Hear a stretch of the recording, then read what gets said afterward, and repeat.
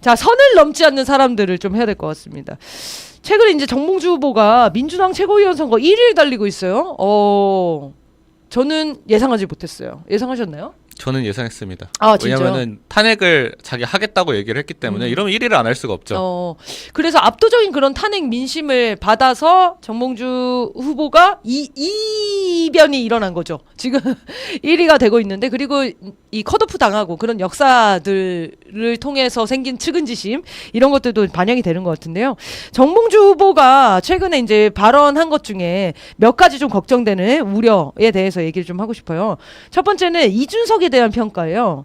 MZ세대는 정치에 대한 관심이 꽤 높아졌다. 그거는 이준석 덕분이다. 라고 하면서 이준석을 좀 높게 평가하고 존경한다. 이거 조롱은 아닌 것 같거든요. 실제로 이렇게 좀 생각하는 경향이 있으신 것 같아요. 그리고 두 번째는 최혜병 특검과 관련해서 한동훈 특검법안을 받아도 상관없다. 어차피 어떤 검사가 임명되든 밝혀진 게 많기 때문에 어쨌든 처벌할 수 있다. 이런 식의 약간 아니란 생각.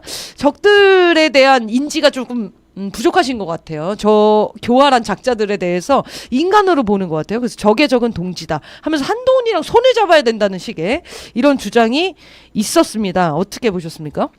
네, 저는 정성호 의원이 갑자기 이제 이재명 대표와 정봉주는 궁합이 좋다 이러면서 띄워주고 있잖아요. 네, 그것도 갑자기. 네, 그래서 저는 지금 1위를 하고 이러면서 오랫동안 야인으로 지내오다 보니까 약간 이런 제도권 정치의 맛을 오랜만에 보고 너무 들떴다 싶었습니다. 네, 그래서 그 제도권 정치 안으로 들어가고 싶은 심정은 뭐 이해가 되지만은 사실 지금까지 자리로 만들어준 국민들의 염원은 진짜 딱 하나, 너 탄핵하겠다며 그래 어디 한번 해봐 이거잖아요. 그 민심을 배신하고 국민들의 믿음을 저버리면은 다시 낭떠러지로 떨어졌을 때 올라올 길이 없다고 생각이 들고 지금 판단을 잘 하셔야 되지 않나라는 생각이 들었습니다. 네. 네, 정봉주 후보가 탄핵 민심을 정확히 반영해서 사실 출마 선언을 하지 않았습니까?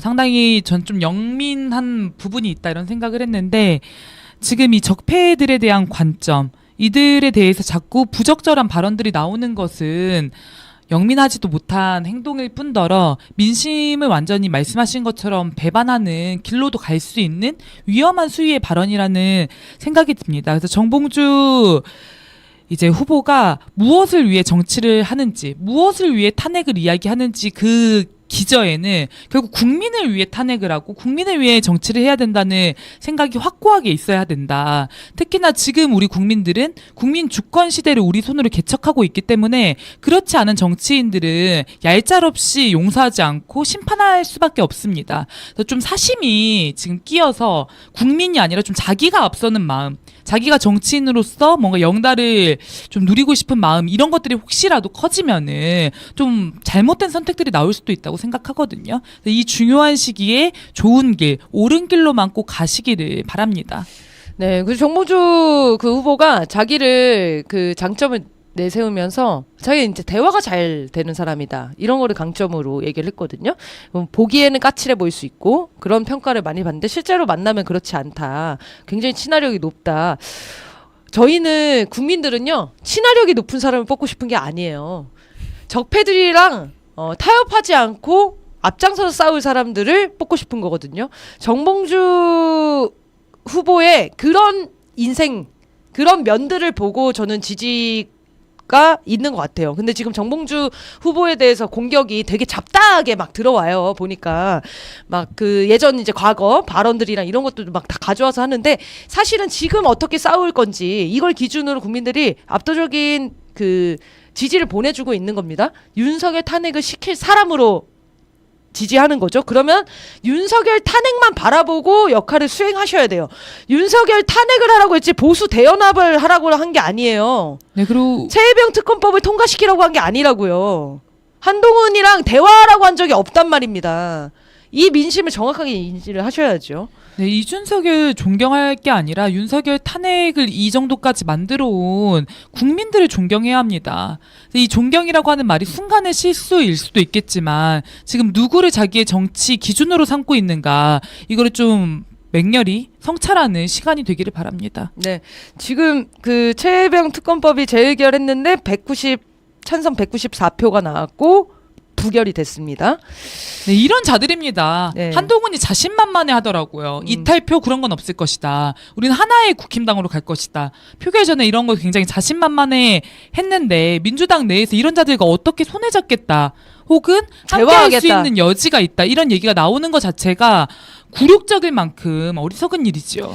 네, 협치와 협잡을 다르게 보셔야 될 것 같습니다. 맞습니다. 그리고 국민들이 지금 이제 정봉주 후보에 대한 공격이 이렇게 다양하게 들어온 이유는 민주당 내에 윤석열 탄핵을 바라지 않는, 그러니까 적당히 지금 이 정국으로 그냥 갔으면 하는 사람들이 있어요. 그런 사람들이 공격하는 것 같아요. 실제로 정봉주 의원이 윤석열 탄핵 반드시 즉각 하겠다 이렇게 얘기를 하니까 부담스러운 거야. 정봉주가 되는 거는. 최고위원이 그렇게 되면 그렇게 민주당이 운영이 될 거 아닙니까? 그래서 여러 가지 공작들과 공격들을 하는데 우리가 판단하는 기준은 단 한 가지입니다. 민심을 받드는 사람이냐 안 받드는 사람이냐예요. 그런 의미에서 이 정봉주 의원 후보에 대해서 국민들이 거는 기대가 어떤 의미인지 정봉주 후보가 새기시고 국민 민심만 딱 바라보고 싸워주시면 좋겠습니다.